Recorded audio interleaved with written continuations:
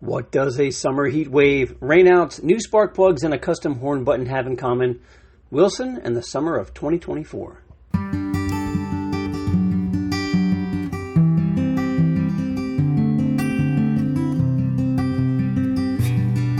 Hello, VW fans, and welcome back to the Wilson the VW Bus podcast. I'm your host, Joe, and Wilson here is my 1967 homebrew tin-top walk-through split-window VW camper bus. I'm not sure how things have been where you are in the world, but lately this summer has been a real scorcher here in New Jersey, in the northeastern part of the United States. The past few weeks have either been rainy, and I mean so rainy that the annual Dubs in the Shrubs was postponed a few times. And, I couldn't make either of the shows, so that was kind of a bummer. Or the temperature has been, way into the 90s, and that's Fahrenheit for you people in the rest of the world. It's 32 degrees Celsius or something like that. It's been hot, and to be honest with you, I haven't been feeling all that well, so I wasn't really able to record another podcast episode until today. That excuse and the fact that I've been working with a friend of mine during most of my summer vacation, giving him my vacation days and helping him get caught up on some work, so it's a little win-win for both of us. But again, it's been hot, but not so hot that I haven't been out with Wilson at all. We're working out a few upgrades or continuing my tune-up efforts. If you remember last episode, I was changing the oil, adjusting the valves, and doing that kind of fun stuff. So I figured I would continue with my tune-up and check the spark plugs while I was at it. As you can imagine, they're simple enough to access in the bus engine compartment. Just pop it open, and there they are, super easy to get to. And I luckily had a discount coupon code at my local auto parts store, so a brand new set of 4 plugs were only $4.29 each. So that wasn't too bad, I thought.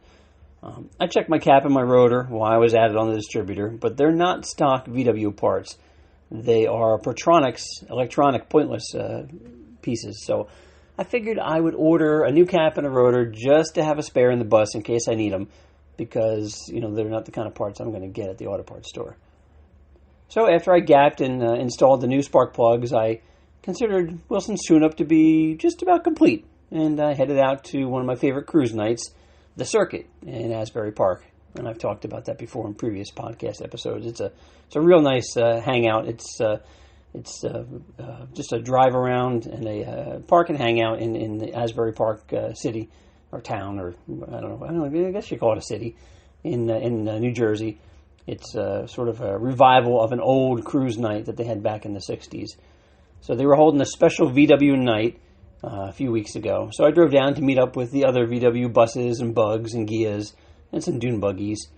There were even a few really cool Porsches there as well. A 914, I think there was a 356 there, and a 911 that was set up for off-road. I know you guys have probably seen that kind of setup before with like the knobby tires and the off-road light rack at the top. It was pretty cool.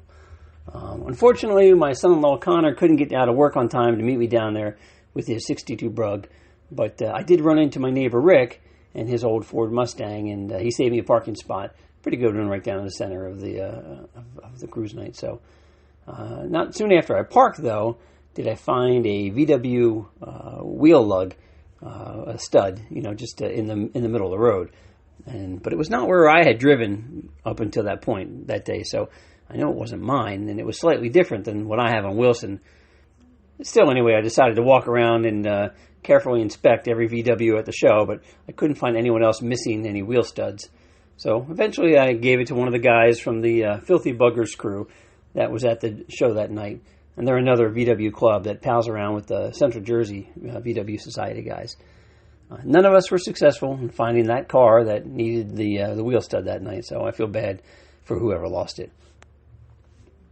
Anyway, after the show was over, and on the way out of Asbury Park, I was driving down one of the residential side roads when all of a sudden, out of nowhere, I was surprised with a nice big speed bump at about 25 miles per hour. Now, needless to say, my steering box skid plate got a little exercise. And as you know, or hopefully know, at this point, Wilson's pretty low. And so the steering box skid plate really saves the box there.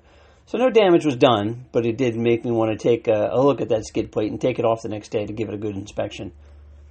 I found another piece of thick steel in the garage recently, so I thought I would gusset up the width of that skid plate a bit.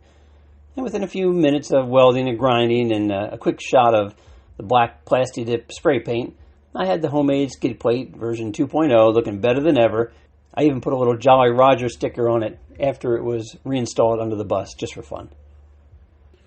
Since I was feeling bad about missing a few VW-specific shows because of the rain or the unbearable heat, I decided to go to the Central Jersey Volkswagen Society's Show and Shine event in South Bound Brook, New Jersey on July 21st.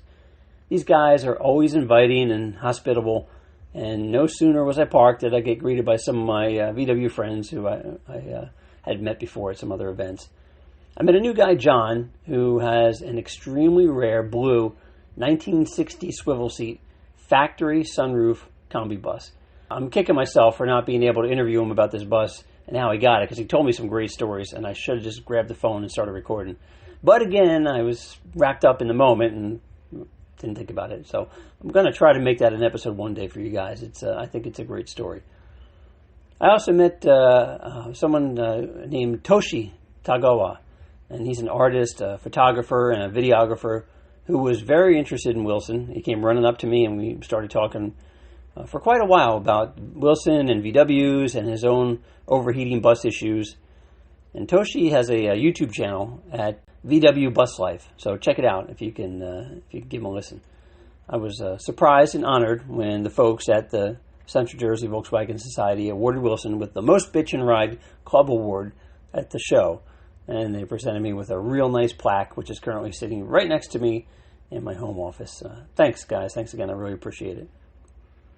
I also ran into my friend Catherine, who was nice enough to show me some of the subtle differences between her amazing 57 restored Bug and another friend of hers who has an original, I think it's a 32,000 mile 57 Bug. Now hers is restored and this other one is original, so I was particularly taken with the tiny differences in things like the Wolfsburg hood emblem, such as like the little detail in the emblem that has the wolf sticking out his tongue on the original one. So this Wolfsburg castle has always been kind of like one of my favorite VW symbols. I don't know, it just reminds me of an old medieval castle and a knight or something like that. It's just pretty cool. But that influence was just about more than I could bear, and that afternoon when I got home, I decided it was time to give myself a little Wilson upgrade in the form of a Wolfsburg crest horn button from a company that I've seen online.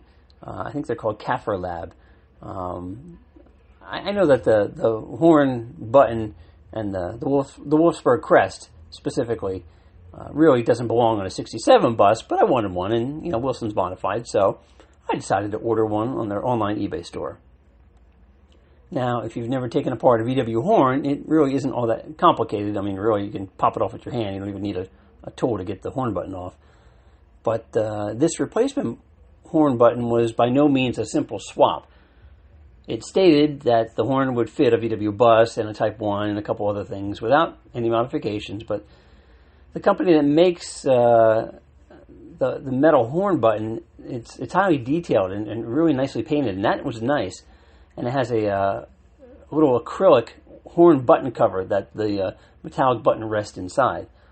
Well, the first problem is that there are no instructions with this order at all, and there's a couple QR codes on the box, but they didn't work. The labels didn't work in order to get me any of the websites. I checked their website. There wasn't any instructions there, and so I checked their YouTube. I couldn't really find much there.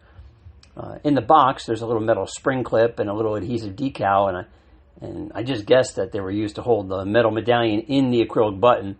Well, I mean, the next problem was that the new horn button was not the same size as a stock horn button. I mean, it's the same circumference. It's round just like the stock one is.